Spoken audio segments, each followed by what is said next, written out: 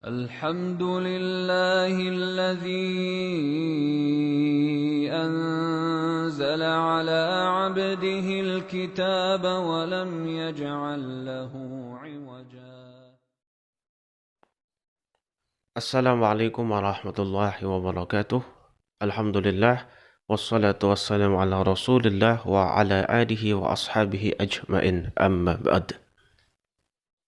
Pada hari ini kita akan kembali melihat bukti bahwa memang Alkitab Kristen sudah dirubah. Dan ini adalah hal yang tidak bisa terbantahkan.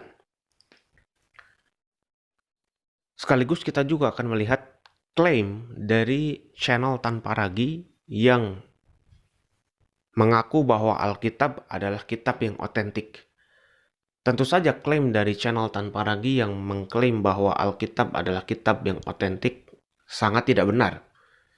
Kita akan buktikan bahwa Alkitab bukanlah kitab yang otentik dan Alkitab memang sudah dirubah. Sebelum kita lihat pembuktiannya, mari kita lihat terlebih dahulu klaim dari channel Tanpa Ragi yang mengklaim bahwa Alkitab adalah kitab yang otentik. Mari kita saksikan. Alkitab adalah catatan sejarah, dan Alkitab adalah catatan peninggalan leluhur. Leluhur siapa? Leluhur kita semua.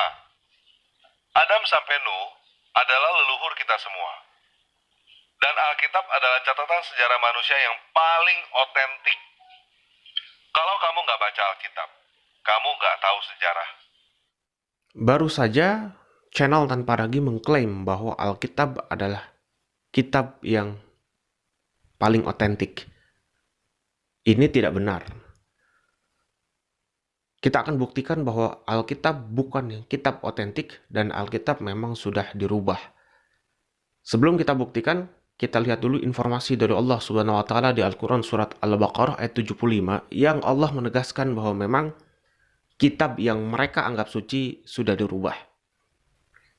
Di Al-Quran surat Al-Baqarah ayat 75 Allah Subhanahu wa taala mengatakan وَقَدْ كَانَ فَرِيقٌ مِّنْهُمْ يَسْمَعُونَ كَلَامَ اللَّهِ ثُمَّ يُحَرِّفُونَهُ مِنْ بَعْدِ مَا أَقْلُوهُ, yang artinya, sedangkan segolongan dari mereka mendengar firman Allah, lalu mereka mengubahnya setelah memahaminya. Jadi ada penegasan dari Allah Subhanahu wa taala di ayat ini bahwa kitab yang mereka anggap suci memang sudah dirubah. Dan sekarang kita buktikan. Kita akan mulai di Perjanjian Lama. Sekarang saya sudah berada di 2 Samuel pasal 24 ayat ke-13 Alkitab dalam bahasa Ibrani. Kalau Anda perhatikan di 2 Samuel pasal 24 ayat ke-13 Alkitab bahasa Ibrani ini, di sini terdapat kalimat Sheba Shanim. Anda bisa melihat sendiri. Sheba Shanim dalam bahasa Ibrani artinya dalam bahasa Indonesia adalah 7 tahun. Sekali lagi, Sheba Shanim dalam bahasa Ibrani artinya dalam bahasa Indonesia adalah 7 tahun. Bahkan kalau kita lihat di bawahnya, Alkitab King James Version sendiri memang mengartikan 7 years. Dan tentu saja 7 years artinya adalah 7 tahun. Tapi untuk lebih jelas lagi, mari kita lihat terjemahan kata per katanya.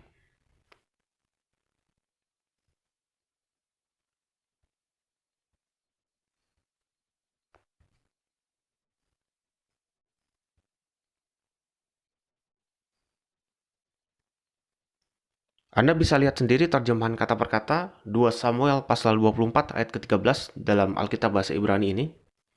Seperti yang saya bilang, di 2 Samuel pasal 24 ayat ke-13 Alkitab dalam bahasa Ibrani ada kalimat Sheba Shanim. Dan tentu saja Sheba Shanim artinya adalah 7 tahun. Terbukti dalam terjemahan kata per kata ini Sheba Shanim diartikan 7 years. Namun anehnya di Alkitab Indonesia, ayat yang sama, 2 Samuel pasal 24 ayat ke-13, Kata Sheba Shanim dalam Alkitab bahasa Ibrani yang artinya 7 tahun dirubah oleh Alkitab Indonesia menjadi 3 tahun. Anda bisa lihat sendiri dan Anda bisa mengeceknya sendiri.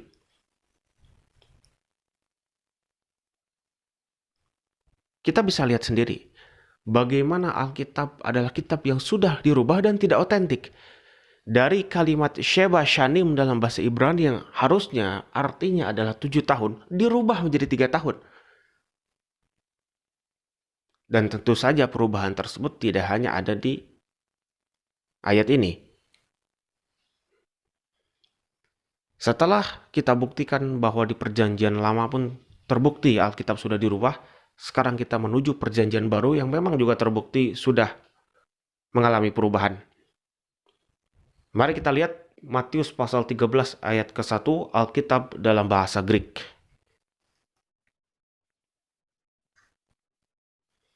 Sekarang kita melihat Matius pasal 13 ayat ke-1 Alkitab dalam bahasa Greek.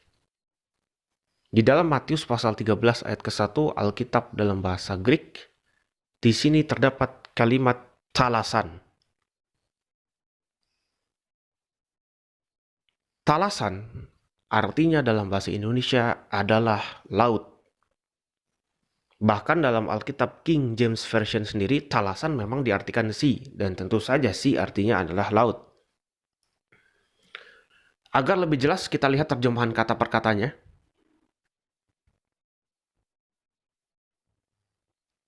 Ini adalah terjemahan kata per kata Matius pasal 13 ayat ke-1.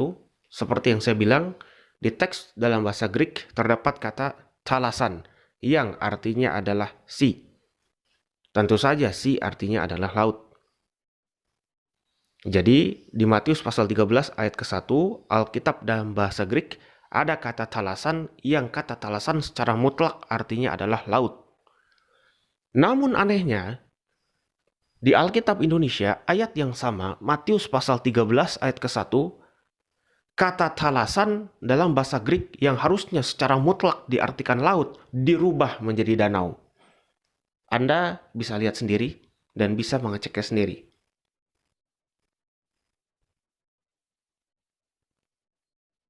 Jadi jelas ayat Alkitab di Perjanjian Lama dan Perjanjian Baru yang terbukti sudah dirubah ini menjadi bukti yang tak terbantahkan bahwa memang Alkitab adalah kitab yang tidak otentik dan Alkitab sudah tidak bisa dipercaya. Jadi klaim dari channel Tanpa Ragi yang mengklaim Alkitab adalah otentik sangat tidak benar. Sebaliknya bukti-bukti ayat Alkitab Perjanjian Lama dan Baru yang dirubah ini sekali lagi menegaskan kebenaran Al-Quran yang Allah Subhanahu wa Ta'ala mengatakan,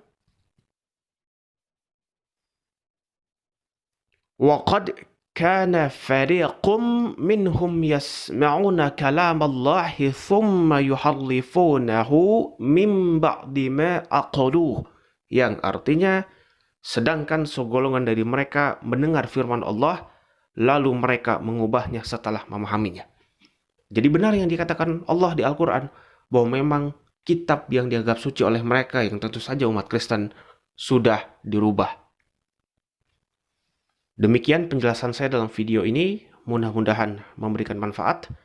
Assalamualaikum warahmatullahi wabarakatuh.